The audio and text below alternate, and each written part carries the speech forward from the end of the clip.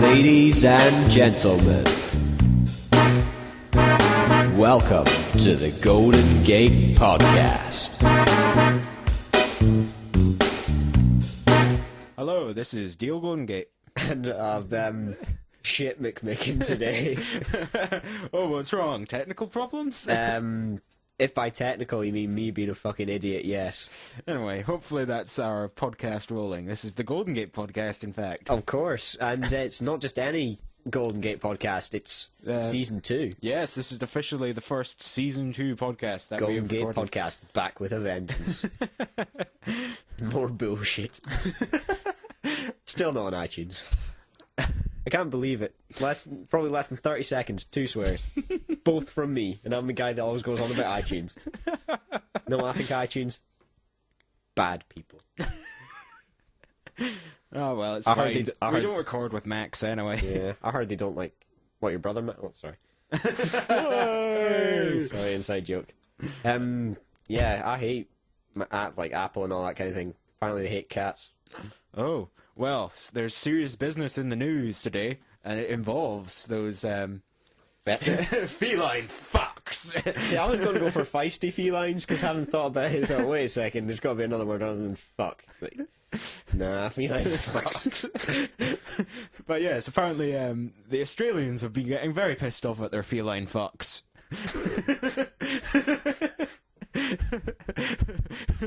The furry community aside. Any reason why? Essentially, the Australian cat population has been soaring far, far too high. There's apparently... They're frisky felines. There is some, as I said last time, 18 million, which is completely incorrect. Yeah, but the thing is, we don't know how much it is anymore. We've completely forgotten how many cats there was. So we're going to go with 18 million. 18 million billion. Basically, all the cats have gone over to Australia for a festival of fuckery. Yes, that's right. All the cats. This is actually incredible. This is like, what's the word? An exodus? No. It's an English thing or a grammar thing where you what's it called? Where you like describe something like that begins with P with something else that begins with P. Shit, doesn't matter. Continue. I'll remember it later. Okay. And it still won't be interesting.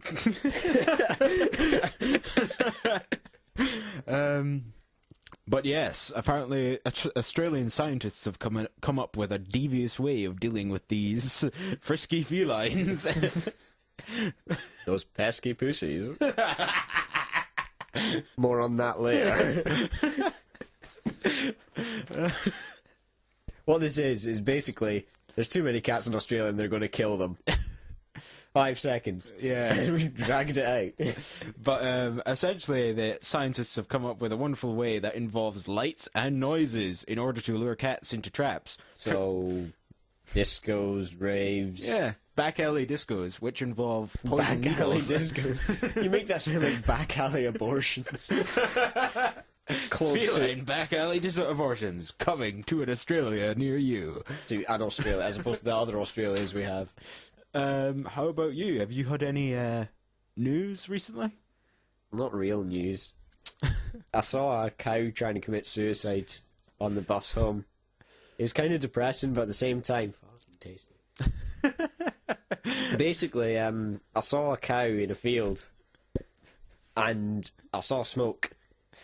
You saw smoke? And yeah, and as you know, there's no smoke without fire. Oh, is Just just so happened the fire was under the cow, and the cow didn't seem to notice. And it was one of the weirdest things I've ever seen. I was so tempted to just get off the bus and just wait. Go back to Gala, get some, like, I don't know, potatoes and veg and stuff like that, and just wait. It's a good looking cow. So yeah, as I say, not real news, but kind of cool. I'm sure we do have real news, though. Celebrity news noted down. Oh, celebrities. Oh, yeah, Jesus Christ. Nice sell. Yeah, apparently, Britain's favourite entertainer, Keith Cheggers Chegwin, And the Turner Prize nominee, in fact, I didn't realise this, but apparently he was nominated for the Turner Prize once upon a time. But he's now like a children's television presenter, Neil Buchanan. Weren't always the happy-go-lucky faces of British television that they are today. I certainly remember them. Oh, yeah. Like, rumours about their past have come to light recently. Oh. Right. Basically, Jaggers and Buchanan were notorious bullies in their native Lancashire schools, causing havoc to the teachers and bringing tyranny to the classrooms. Their underage wave of terror had a lasting effect on the youth of the generation, most prominently in the form of British heartthrob and crooner Rick Astley. My God, what a famous name we're dropping today. Oh, we're dropping heavy names. We'll just give you a second. We'll let you pick that up. Anyway, the young Astley was a frequent victim of their devious duo's petulant punishment, stealing his dinner money, egging his house, even giving him a lifetime subscription to the popular men's magazine Gay Times. Young Astley hid his pain for years, eventually penning the heart-wrenching ballad in Top 10, Cry for Help, detailing his pain and anguish from a third-person perspective. Since then, he and Jaggers have reconciled their differences after sharing their drink problems. Buchanan, however, that's a different kettle of fish. Oh, seriously? Oh yeah, he's been less than apologetic, labelling Astley as, and I quote, a steaming pillock with as much talent as that bloody head from Art Attack. Buchanan's wrath has not ended there either. Instead, it's driven him to reform his pioneering new wave of British heavy metal band Marseille as a vehicle for his hatred towards, and I quote again, that milk-fed gimp, Astley. The new album is ominously titled Unfinished Business, and in fact due for release later this year. Well, I'll certainly have to check that one out. Oh, that's Golden Gate bringing you real news. But yeah, what with the new season rolling around, how we've been discussing new sections for the show, in fact. Yeah, because we just thought we'd spice it up a little bit. So, essentially, we've decided that celebrity news is something that we seem to be quite good at bringing you here on Golden Gate.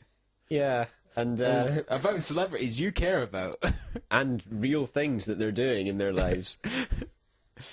So, was it... I think it's Darius Dinesh. Well, he's now Darius Campbell, but you'll know him as Darius Dinesh from the X Factor. Died. Motorcycle accident. Ages ago. There's a load of things about it. To this day, still getting texts saying Darius is not dead.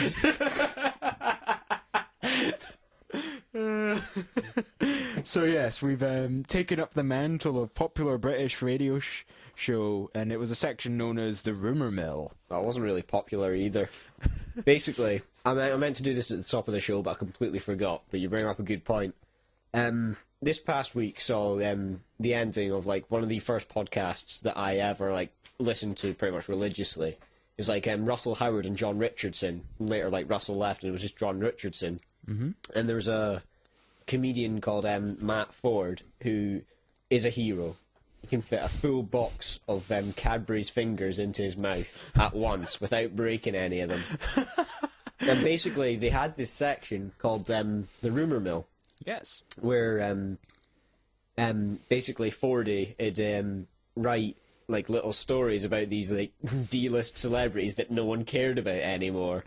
And just getting up to stupid stuff while they're getting old and dying. So yeah, as a tribute to the fact that the show's ended, I'm personally going to take it upon myself to continue it, and hopefully it'll live forever. But yeah, that'll definitely be starting. What was it, next week? Yeah, as I say, I'll keep trying to come up with stuff. And if you haven't figured out already, that Rick Astley story wasn't true. Oh no! But as I say, the whole point of the Rumour Mill is you hear it here and you spread it. You don't quote it word for word like I did. I was literally just reading off the screen. But you just say little things like that, you know. And actually, interesting point. I research my rumours quite well. So if you do search Marseille the band on Wikipedia, they do have an album coming out, and it is called Unfinished Business, which I think quite makes them quite nice in that respect. And